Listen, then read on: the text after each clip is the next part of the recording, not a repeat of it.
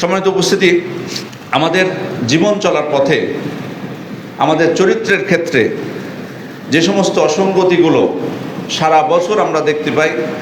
বিশেষভাবে রমাদান চলে আসলেও যেগুলো বন্ধ হয় না, তার মধ্যে অন্যতম একটা বিষয় হচ্ছে দ্রব্যমূল্যের ঊর্ধ্বগতি। যদিও এবছর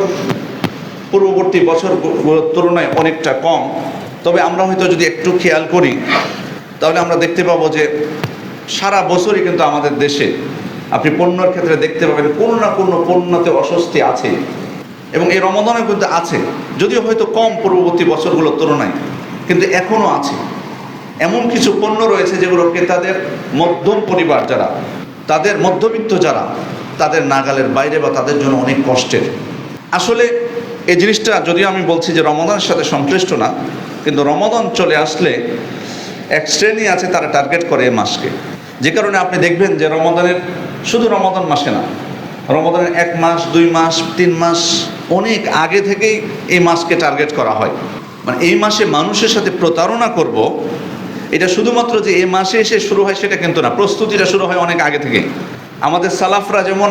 রমাদানের 6 মাস আগে থেকে দোয়া করতেন আল্লাহ যেন রমাদান তাদের ভাগ্যে দেন, তেমনিভাবে এই সমস্ত অসাধু ব্যবসায়ীরা, মানুষরা